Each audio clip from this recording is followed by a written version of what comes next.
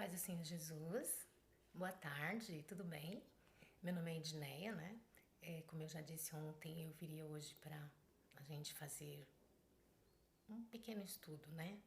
Sobre por que somos levados ao deserto, né? Mas antes disso, vamos falar com Deus, vamos pedir para Ele direção para que o Espírito Santo de Deus possa nos direcionar, né?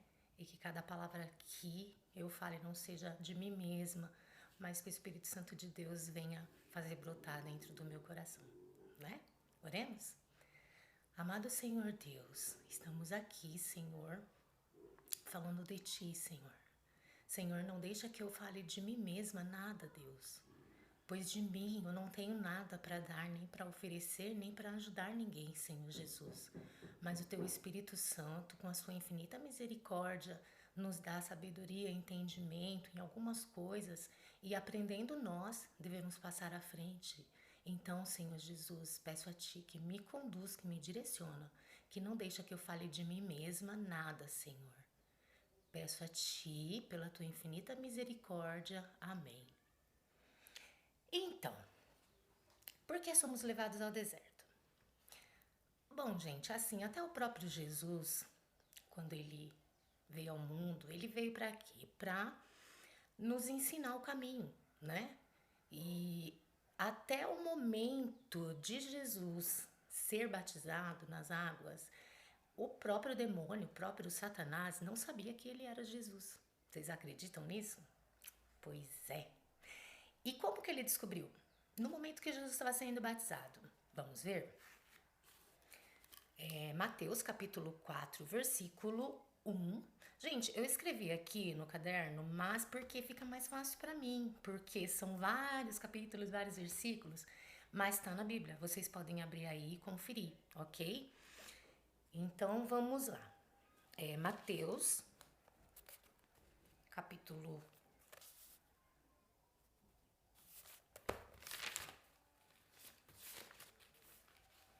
Capítulo 3, gente. Capítulo 3, do versículo 13 ao 17. Vou ler, tá? E vocês confiram aí. Então veio Jesus da Galiléia ter com João junto ao Jordão, para ser batizado por ele. João opunha-se-lhe, porém dizendo: Eu careço ser batizado por ti, e vens tu a mim? Jesus, porém, respondendo, disse-lhe: Deixa por agora, porque assim nos convém cumprir toda a justiça. Então ele o deixou. E sendo Jesus batizado, saiu logo da água, e eis que lhe abriram os céus, e viu o Espírito de Deus descendo como uma pomba e vindo sobre ele. E eis que uma voz dos céus dizia: Este é o meu filho amado, em quem me comprazo. Então, irmãos, a partir daí, o Satanás, o próprio demônio, né? Ele começou a perseguir Jesus, porque ele falava em todos os momentos, onde está Jesus, onde está Jesus, né? Ele procurava, né? Pelo que a gente dá pra gente entender. Ele procurava Jesus e ele não sabia. E aí, até que Jesus fosse batizado, ninguém sabia, né? Quer dizer, todo mundo sabia, menos o demônio. Isso porque ele se diz ser tão inteligente, né? Mas enfim, a partir daí, o demônio começou, né, perseguir Jesus. E o Espírito Santo levou Jesus até o deserto para ser tentado pelo diabo. Mas por quê? Para se cumprir a Bíblia, para mostrar pra gente, né? Porque Jesus veio ao mundo para ensinar o caminho pra gente, né? Então acredito eu que por isso ele foi levado ao deserto, né? Para ser tentado pelo demônio. Mas ele foi e venceu com muito louvor, né? Então se o próprio Jesus foi tentado pelo demônio no deserto, por que nós não, né? Mas com a gente é diferente. Às vezes não é o demônio que leva ou que conduz, né, a gente ao deserto. É Deus. É o próprio Jesus que nos conduz. Por quê? Porque ele veio ao mundo para nos salvar, para nos libertar, para nos dar salvação. E aí nós saímos da rota, né? Não adoramos, não o servimos, porque nós somos filhos do rei. Então nós temos que amá-lo, adorá-lo. E às vezes a gente pecamos muito nisso, né? Pecamos muito nisso. Nós deixamos Deus em último plano. Nós deixamos Deus, sabe, em últimas coisas. A gente se preocupa com várias outras coisas. Mas no quesito Jesus, nós não lembramos, né? A não ser quando as coisas apertam, né? As coisas apertam, as tribulações vêm, né? Aí a gente lembra que Jesus existe e vamos aos pés dele, correr, né? Ah, Jesus tem misericórdia. E ele, sua infinita misericórdia, ele nos socorre sim. Só que, como eu disse ontem, todos nós temos um propósito. Deus tem um propósito para todos nós, né? Então, chega um tempo que tá na hora de cumprir aquele propósito que Deus tem nas nossas vidas, né? E então, ó, vamos ler aqui, ó, para vocês verem como para tudo tem um propósito. E tem um tempo. Em Eclesiastes capítulo 3, versículo 1 a seguir, diz assim: tudo tem seu tempo determinado. Há tempo para todo propósito debaixo do céu. Há tempo de nascer e tempo de morrer. Tempo de plantar e tempo de colher o que se plantou. Tempo de matar e tempo de curar. Tempo de derrubar e tempo de edificar. Tempo de chorar e tempo de rir. Tempo de prantear e tempo de dançar. Tempo de espalhar pedras e tempo de ajuntar pedras. Tempo de abraçar e tempo de afastar-se, de abraçar. Tempo de buscar e tempo de perder. Tempo de guardar e tempo de lançar fora. Tempo de rasgar e tempo de coser. Tempo de estar calado e tempo de falar. Tempo de amar e tempo de aborrecer. Tempo de guerra e tempo de paz. Então chega um tempo que Deus quer abrir os nossos olhos. Chega, tá na hora de você fazer a minha vontade. Tá na hora de você vir cumprir o meu propósito, né? E às vezes ele dá vários sinais pra gente. E eu tô falando isso não só para os cristãos, como também uma pessoa que não conhece Deus, né? Como tem um chamado, Jesus vai atrás. Gente, não adianta. Jesus vai, foi assim comigo, tá? Eu fiquei no mundo, eu sou filha de evangélicos, meus pais eram evangélicos. Agora não é mais, meu pai já saiu, mas minha mãe até agora é evangélica. A maioria da minha família é evangélica. Eu fui criado dentro do evangelho, porém, chegou um tempo eu me desviei. Eu quis aproveitar as coisas do mundo. E Deus me deixou ir, né? Me deixou ir. Até quando ele quis. Quando ele quis, falou, não, agora chega. Agora você vai vir, tem que fazer cumprir o meu propósito em você. E aí, gente, o negócio ficou feio. Porque aí eu entrei num buraco sem fundo. Era muita tribulação. Eu fiquei doente, né? Relacionamentos assim sentimentais, tudo. Desabou tudo assim de uma vez só. E chega essa hora, o que acontece? Você fica mal. Você fica mal. Eu entrei numa depressão, eu tive crise de ansiedade, né? E ninguém conseguia me entender. E a crise de ansiedade é uma coisa que, se vocês não sabem, sim, parte é uma doença. Mas parte é espiritual. E na Bíblia fala que a luta não é contra a carne, é contra o espírito, né?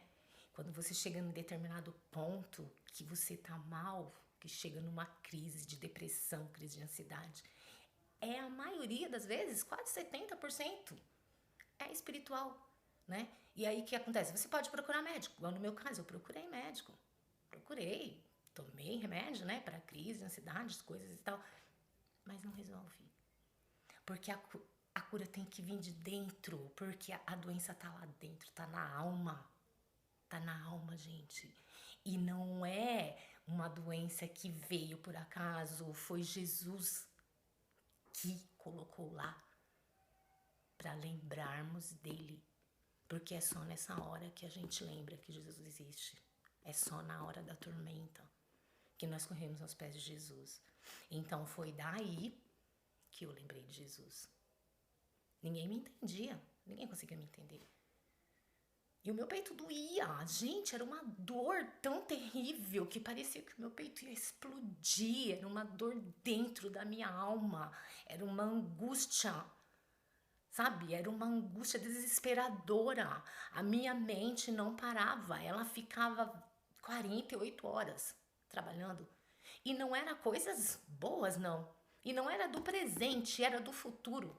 Como que pode, né? Você ter medo do futuro? Você nem sabe o que vai acontecer. E só coisas ruins. Foi na hora que eu me lembrei de Jesus. E aí, gente, o tratar de Deus é dolorido, sim. É dolorido, mas é por amor. É por amor que ele faz isso conosco. E durante esse tempo, você fica, Senhor, o que está acontecendo? Senhor, por quê? Senhor, eu não consigo entender. Eu me fazia essa pergunta direto. Por quê, Senhor? Só que aí você, a princípio, a primeiro instante, você fica muito desesperado, você não consegue enxergar nada. É uma crise que ela dura mais ou menos uma semana. Você fica desesperada. Você chora o tempo todo, você não quer comer, você não quer dormir, sabe? Você não quer falar com ninguém, né? Depois passa essa crise de choro, muito desespero, mas você se tranca. Você se tranca. Você não quer ver ninguém, você não quer conversar. Só que aí Jesus começa a trabalhar. Jesus começa a trabalhar. Do nada você começa a sentir vontade de pedir a Deus para te ajudar, porque só Ele mesmo vai te ajudar.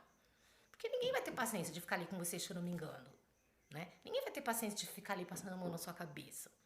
Então quem que pode ficar desse lado, nessa hora no seu lado? Jesus.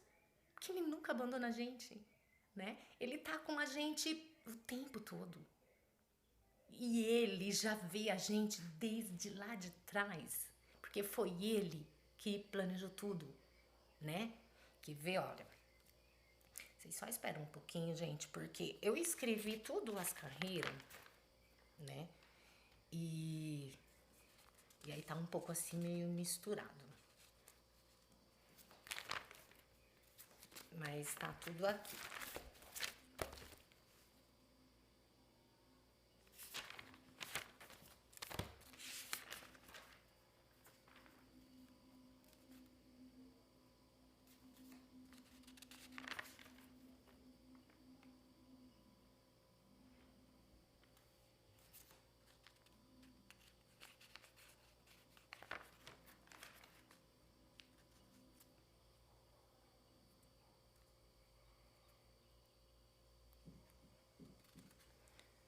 Em Deuteronômio capítulo 8, versículo 1 ao 3, diz assim, ó. Todos os mandamentos que hoje vos ordeno a guardares para cumprir, para que vivais e vos multipliqueis, e entreis e possuas a terra que o Senhor jurou a vossos pais. E te lembrarás de todo o caminho pelo qual o Senhor te guiou no deserto. Esses 40 anos para te humilhar e te provar, para saber o que estava no teu coração, se guardarias os seus mandamentos ou não. E te humilhou e te deixou ter fome, e te sustentou com maná, porque tu não conhecias, nem teus pais conheciam, para te dar a entender que o homem não viverá só de pão, mas de tudo que sai da boca do Senhor viverá o homem. Então, assim, o que a gente entende nisso? Que Jesus nos leva lá para nos moldar. Nós somos um vaso nas mãos do Senhor. Tem um propósito? Claro que tem. Para tudo tem um propósito, né? E você só vai começar a sair daquele deserto quando você começar a entender o propósito de Deus na sua vida, né? O propósito de Deus. E isso vai começar a fluir sem ninguém te falar. Você vai sentir dentro do seu coração. E é uma experiência tão maravilhosa quando você tá no deserto. Gente, de verdade, eu ainda tô no deserto e eu tô até com medo de sair. Porque eu fico pensando, Senhor, se eu sair agora, eu não vou sentir a tua presença. Porque você fica num desespero tão imenso, numa necessidade tão grande de Deus, que quanto mais você busca, mais você quer. É aquela gana, aquela vontade. E é lindo, é maravilhoso, é uma coisa que sacia a gente. E você vai conhecendo Jesus, você vai se aproximando de Jesus e ele vai te dando colo. É uma experiência maravilhosa. Porque a impressão que a gente tem é que Jesus está do lado da gente. É do lado da gente, parece que ele tá ali fazendo um carinho no cabelo da gente. Sabe quando você entra no seu quarto, tá tudo fechado e você sente uma brisa suave, que você não sabe de onde que vem aquilo, porque a janela tá fechada, a porta tá fechada. Gente, quem já teve essa experiência? Eu no começo eu falava, gente, acho que eu tô ficando louca. Mas não. Era Jesus ali, me dando colo, me dando carinho, me dando atenção, até o meu coração se acalmar. E depois, com o tempo, ele vai fazendo brotar as coisas no seu coração. Vai fazendo brotar a vontade de você ler uma Bíblia, de você louvar, né? E aos pouquinhos você vai começando a descobrir coisas que você nem sabia. Vai chegar momentos que você vai falar assim, Senhor, eu devo estar louco, eu devo estar louca, eu devo estar louco, sabe? Eu sinto vontade de coisas assim porque o Espírito Santo, ele fala dentro de você. Ele fala dentro de você. É uma voz que está dentro de você. É muito lindo, é maravilhoso. É só Deus mesmo para fazer isso. E aí ele começa a fazer brotar aquelas coisas dentro do seu coração. Porque é tudo o plano dele. Né? É tudo o plano dele. E o que ele quer pra gente é mais do que a gente sonha. Eu não sei ainda o que Deus quer pra mim. Não sei. Mas é assim, com o caminhar que a gente vai saber. Né? Com o caminhar, conhecendo Jesus pouco a pouco. No dia a dia, você vai se aproximando, ele vai se mostrando, se revelando a você, pouco a pouco, dia após dia. O trabalhar de Deus é com o tempo, né? Não tem como você cair de paraquedas numa história, não tem como você falar, dormir hoje, acordar amanhã, nossa, eu tô realizada, sabe? Aqui aconteceu na minha vida, que fluiu. Né? Eu pedi isso para o Senhor e aconteceu. Não, não é assim, é com o tempo. E o que ele tem preparado para nós é muito grande. E nós não podemos chegar lá e receber assim sem estar preparado. Por isso ele coloca a gente no deserto, para nos ensinar. É uma escola de Deus. Ele vai te adequar com o nível do que ele tem para você. E para isso precisa de uma escola, uma lição. E tudo para você aprender é dificultoso, sim. É dolorido, sim. Igual que eu disse ontem, como os filhos da gente desobedecem, às vezes você tem que pegar, dar umas palmadas, né? Eles olham para você e ficam muito bravo, com raiva da gente. Mas a gente sabe que é pro bem, porque a gente tá conseguindo ver lá na frente, é isso que eu tracei para você. Esse é o meu plano para você, então você vai chegar lá, custe o que custar. E Deus já tem o nosso plano, gente. Traçadinho, tudo certinho. E nós temos que cumprir os sonhos de Deus na nossa vida. Né? De um jeito ou de outro, ele vai fazer cumprir os planos dele na nossa vida. Né? Igual tá aqui, ó. Gente, vocês vão procurando aí, tá? Porque eu escrevo aqui para ficar mais fácil para mim. Ó, em Jeremias, capítulo 29, 11, 12 e 13. Porque eu bem sei os pensamentos que tenho a vosso respeito, diz o Senhor, pensamento de paz e não de mal, para vos dar o fim que esperais. Então me invocareis e orareis a mim, e eu vos ouvirei. Buscar-me-eis e me achareis, quando me buscares de todo o coração. Quando que a gente busca o Senhor de todo o coração, gente? Quando a gente está na angústia, né?